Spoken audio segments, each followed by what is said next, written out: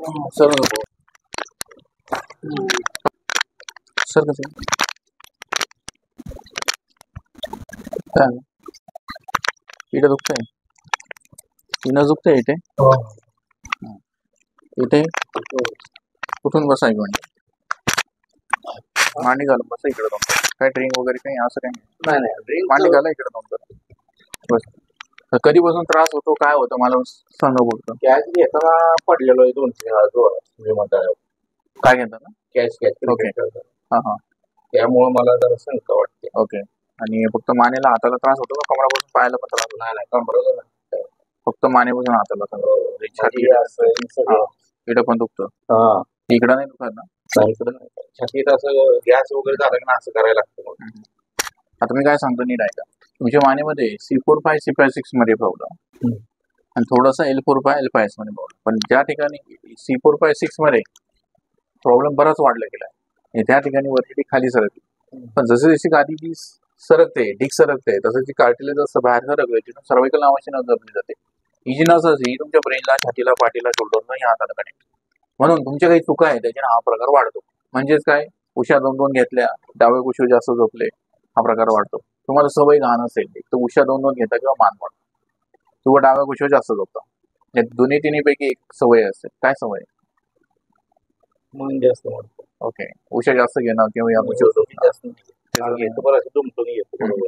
तेच त्याच्याने काय होतं हा प्रकार वाढतो कधी कधी काय होतं सोपं असलं आपल्या घरात आपण काय करतो टीव्ही बघताना मोबाईल बघताना ते थोडे डोक्याखाली जास्त घेऊन टीव्ही जास्त बघणं वगैरे होतं त्याच्याने हा प्रकार जास्त स्प्रिट होतो म्हणजे जास्त वाढतो तुम्ही किती दवाखाना केला तर उपयोग नाही याला नियम महत्वाचा माझे बाकीचे व्हिडिओ बघितले असेल त्याच्यात मी काय सांगितलंय ट्रीटमेंट पेक्षा नियम महत्वाचे तुमच्याकडनं किती नियम नाही पाळण्यात आलं इलाज किती घेतला तर उपयोग नाही आता हा जो प्रकार आहे हा तुमचा आयुष्यभराचा जोपर्यंत तुम्ही नियमात आजार भरा नियम तोडलाय दुखणं परत चालू याला म्हणतात सर्वाइकल स्पॉन्डिलायसिस मानेचा MRI केला ते स्पष्ट दिसतं हा प्रकार झाला तुम्ही ज्यावेळेस तुमचा ऍक्सिडेंट झाला त्यावेळेस तुमचा हा इथं फ्रॅक्चर झाला मोडला गेला पण तो जो झटका आहे तो मानेपर्यंत गेला आता बरोबर पण स्टेप बाय स्टेप त्याच्यात जसं 4 व्हीलर आहे एखादी 4 व्हीलर खड्ड्यात जाऊन गाडी आदळली काय होतं अलाइनमेंट बिघडतं पण लगेच चाक घसत नाही पण चाक घसायला कमीत कमी 5,000-10,000 किलोमीटर रन व्हावं लागतं आता जेव्हा तुमचं मणका सरकला होता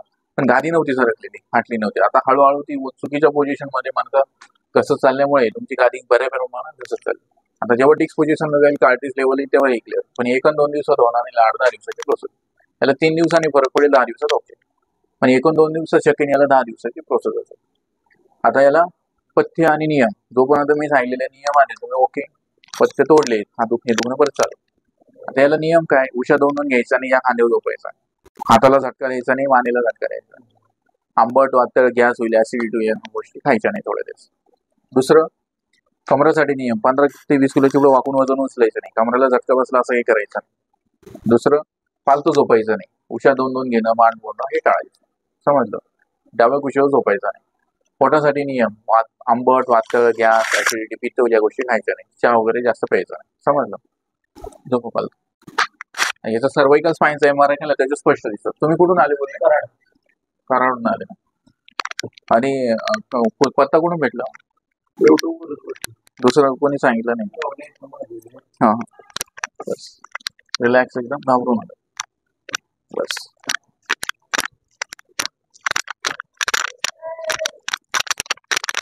काम काय करता तो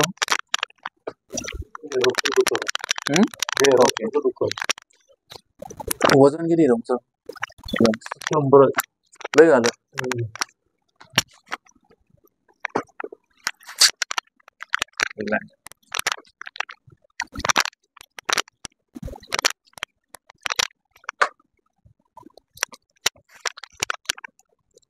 रिलॅक्स सर कसं बस कुशीवर झोपा माझ्याकडे बघतो कुशीवर झोपा इथं जाणं सगळं करा अशी काय करा इकडे डोकं तिकडे इकडे डोकं करा अशी सरळ झोपा पाय पकड सरळ सरळ होता सरळ हा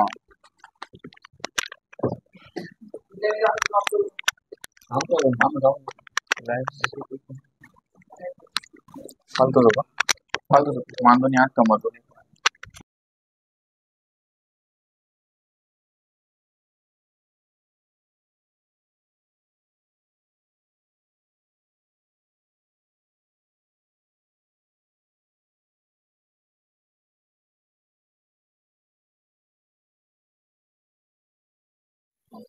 माझं नाव जयकुमार कार्तिक झोडके. मी कराडवरून आलेलो आहे.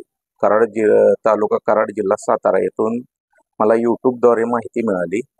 समर्थ क्लिनिक नाशिक, डॉक्टर सागर गवळे यांची.